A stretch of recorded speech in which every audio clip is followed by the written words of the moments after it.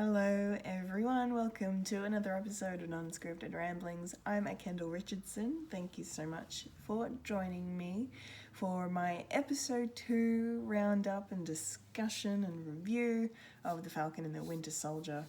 And I'm going to be talking everything about the second episode of the show, Star-Spangled Man. And yeah, there's a lot to unpack. There's a few things to unpack. We'll get to it. I really enjoyed this episode. Again, it was probably another episode that was a lot of setup, we're still kind of building towards our main stuff going on. I mean, it was probably maybe less setup than last week, obviously, but last week we got introduced to some new characters in the forms of John Walker and our flag smashers.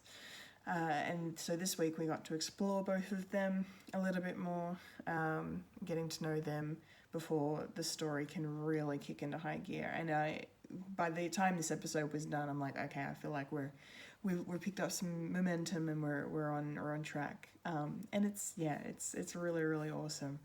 John Walker is really shaping up to be a very interesting character. I'm wondering how similar to his comic book counterpart he's going to be. I feel like it's probably going to be pretty similar because by the time this episode was done, my main takeaway was that I feel like he's going to head down a direction that, we're not going to like and, we don't want to see, but it's going to happen. Like he's going to go down a dark path maybe, similar to how he does in the comics. But yeah, just on him, I think my big theory is that because we learned one of the first things we learned at the start of this episode when he's doing his Good Morning America, Captain America introduction, and being interviewed, he says, I don't have super strength. I don't have any abilities.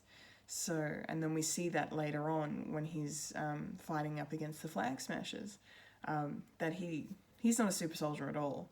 And so that's not what I was expecting, because last week I was theorizing. I'm like, okay, well, they can't have someone be Captain America and not be Captain America, if that makes sense, and not have the power. But he's just a regular guy who is an exemplary soldier in the US military, and so that makes sense as to why they've chosen him. But that aside, he can't stand up to these big threats that Steve Rogers used to be able to stand up to. And so his journey in this show, I think, is going to be him getting his abilities. I feel like, because we were introduced proper to, well, not proper, but a bit, more than we were teased in the credits last week, but the Power Broker becoming an influence in this show. And I'm thinking that John Walker is going to realize that he needs more power and that he needs abilities, and he's going to find out about the Power Broker and get some powers. And I think it could be a case of, because clearly, not to skip ahead or jump around in my discussion here, but clearly the Power Broker has been done wrong by the Flag Smashers, and Carly, their leader, so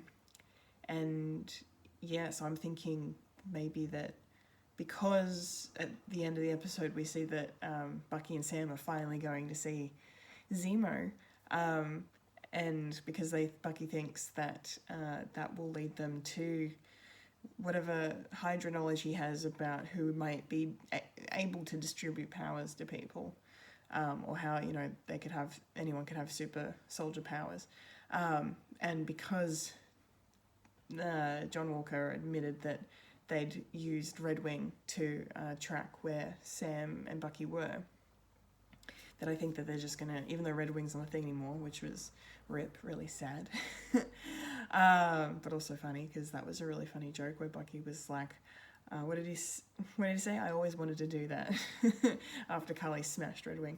But I feel like they're gonna track Sam and Bucky to Zemo, who's going to lead them to the Power Broker, and that will lead John Walker and Lamar Hoskins, Battlestar, to the Power Broker, and they'll get their abilities, and the Power Broker will be like, hey, if you take down, I'll give you these powers, but you have to take down Carly and the Flag Smashers, and steal back what they took from me.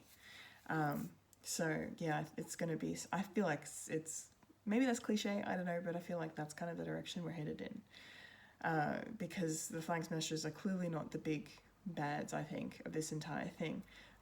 They are an interesting organization that is not just black and white, they're so grey.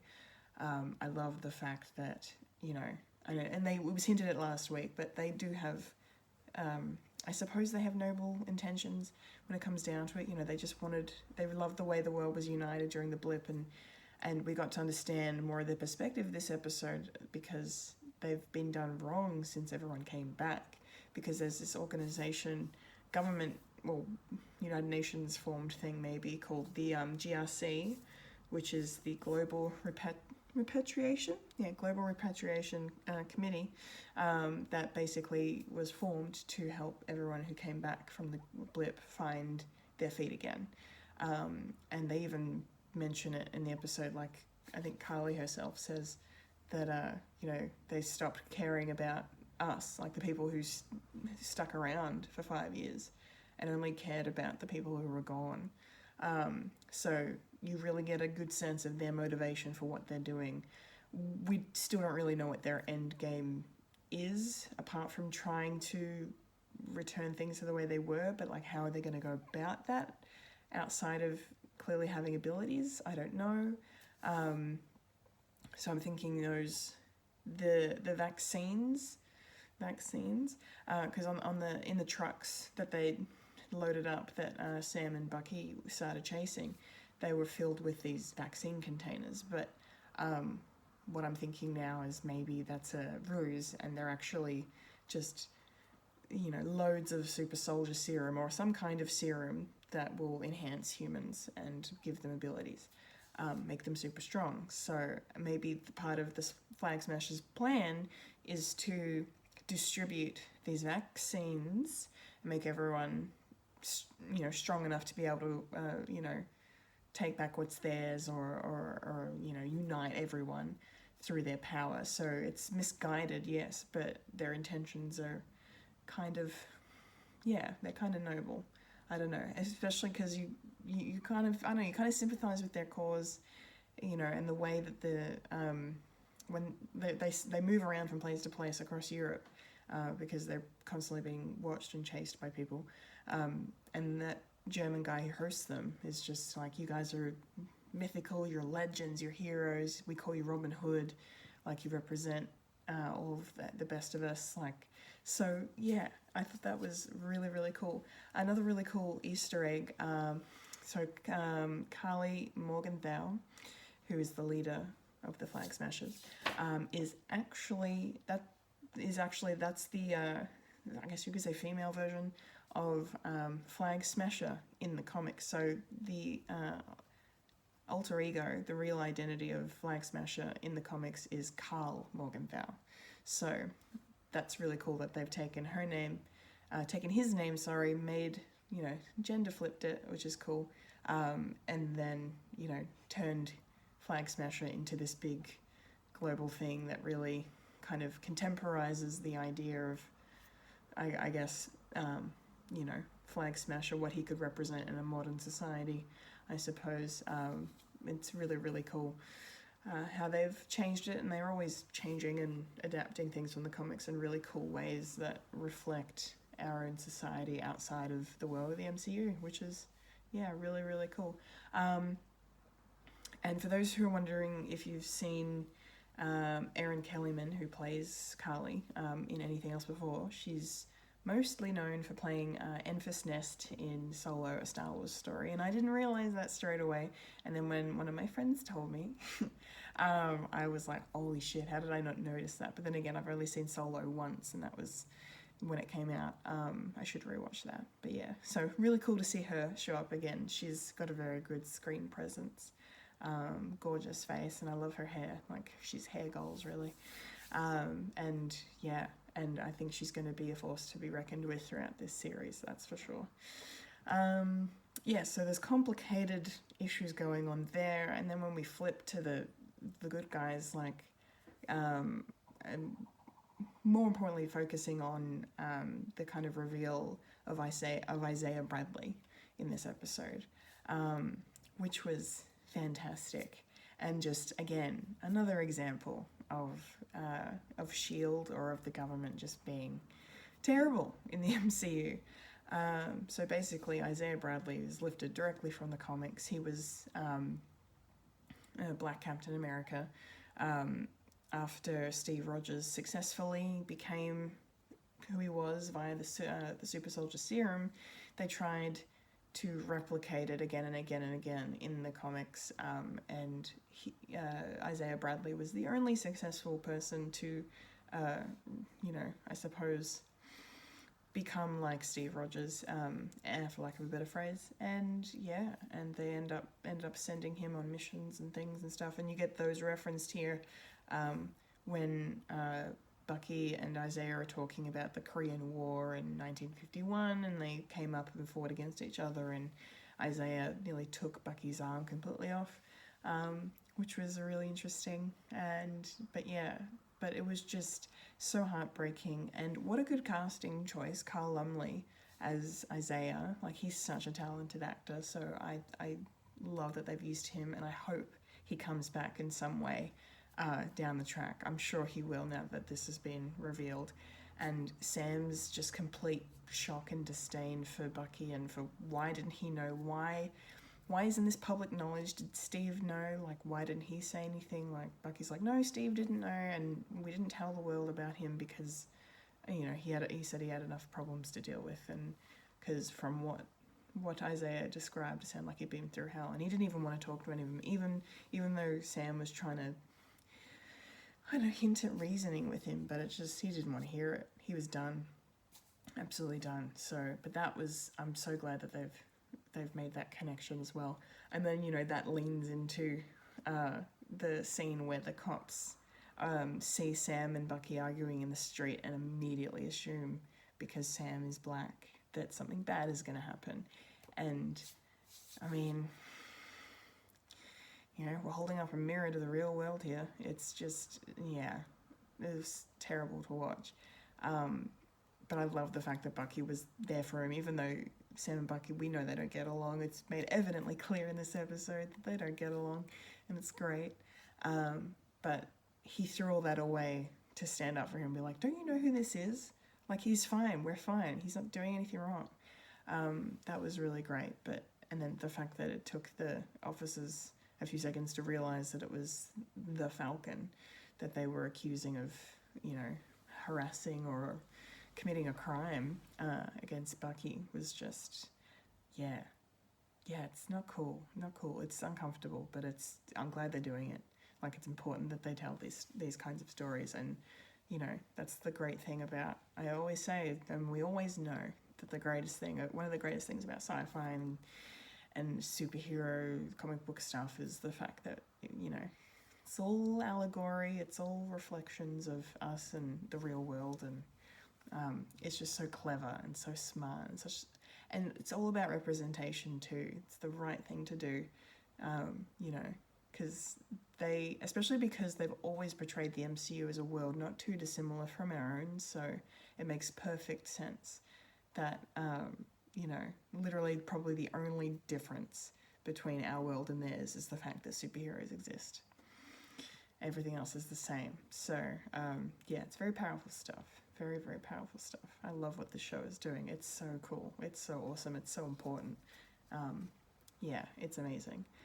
I guess, I don't know. My favourite thing about this episode, though, would have to be the fact that Sam and Bucky are finally reunited, as it were. And, they don't waste any time. It's within the first, 5 minutes, basically, 5-10 minutes of this episode.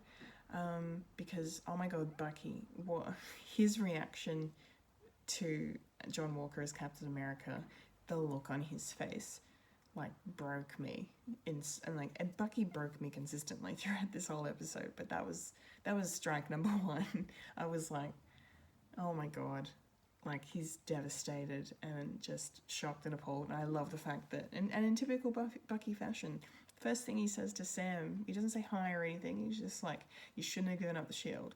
Why'd you give up the shield? And he doesn't drop it the entire episode. It's fantastic. I love it. He really, really gives it to him.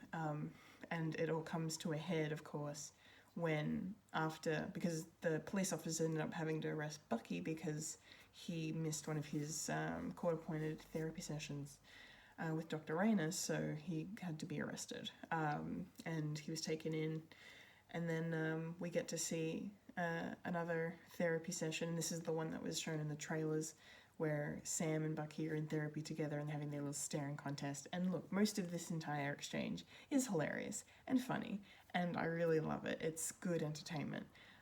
However, my favourite part of the episode was when Dr. Rayner says to Bucky, like, what aggravates you about Sam? And, you know, don't be a dick about it. Just give me a straight answer, right? And then he basically just starts going on about the shield.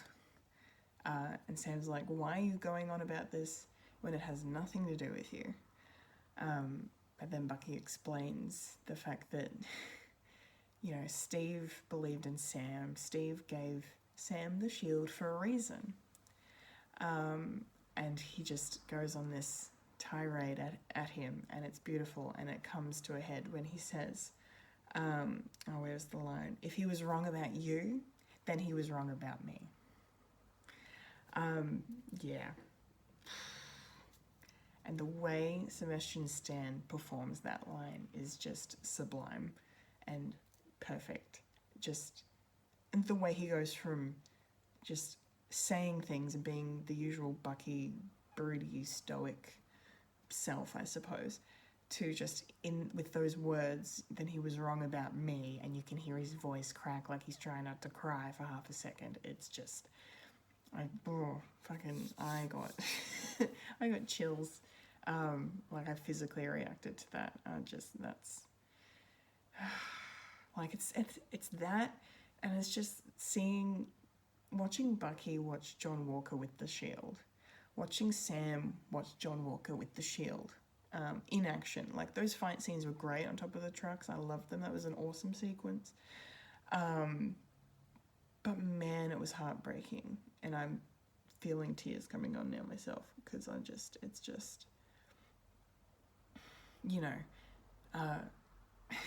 Steve Rogers wasn't the only person to die at the end of Endgame, and you know, he's the only one being replaced, essentially. Like, no one's replacing Tony Stark. No one's gonna be another Iron Man. You know, no one's trying to be another Black Widow, another Natasha Romanoff. And, you know, the thousands of other people, you know, that existed. We're focusing solely on this one Avenger who, for some reason, the government thinks that they can do whatever they want with his legacy and put the identity of Captain America on another person, righteous intention or not, and expect that it's fine and expect that it's not going to be problematic. Like, my heart bloody broke for Sam and Bucky during those scenes, because it was just heartbreaking. It was just heartbreaking, the whole thing. You know, and the fact that John Walker called them Steve's wingmen, it was just ridiculous. I mean, I get that John's not trying to be Steve. He's not, you know, he understands, like, at least he says he understands. But, you know, he came into that fight with this stupidity and arrogance to think that he could hold his own in the fight. And just the way he was like, you know, John Walker, Captain America, looks like you guys could need our help. I'm like, what are you two, you know, non-powered army dudes gonna do against these super soldiers flag smashers? I'm sorry, like, I was so taken aback and put off by that little introduction of them. I'm like, no, you guys are getting this all wrong. I mean, I guess you want to help, and I guess you're trying to do the right thing, and you're doing what your government's telling you to do, but don't be douchebags about it. I don't know. It just, I didn't like it. And the whole, the fact that I loved that Bucky was taking him to task and being like, just because you have that shield doesn't mean you're Captain America. And how many grenades did you fall on? And then nonchalantly, John Walker's just like, 4. Oh, I put my helmet over them and it has this reinforced thing. Never mind, it's a long story. Like, what? You're missing the point. That's not the point. Anyway, it's just, there's a lot of feels in this episode. But for some fun stuff, the banter, though, between Sam and Bucky throughout this entire episode was great. The line from the trailers about the big three, the aliens, androids, and wizards was hysterical, and their back and forth about whether or not Doctor Strange is a wizard, what's the difference between a sorcerer and a wizard, and there's a Hobbit reference thrown in there, which I thought was cool. And just a lot of their banter in general was so funny. Like even when they're in Munich and they're spying on the flag smashers in that warehouse, and just the way that they're bouncing off of each other is so funny. I loved it so much. It was hysterical.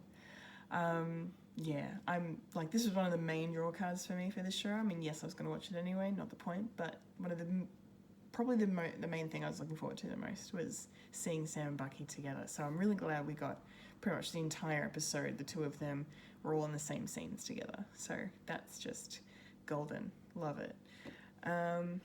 Alright, what else can I mention? Oh, okay, I did briefly mention Lamar Hoskins, Battlestar, in this discussion a little bit earlier. He's also straight out of the comics. He is John Walker's sidekick.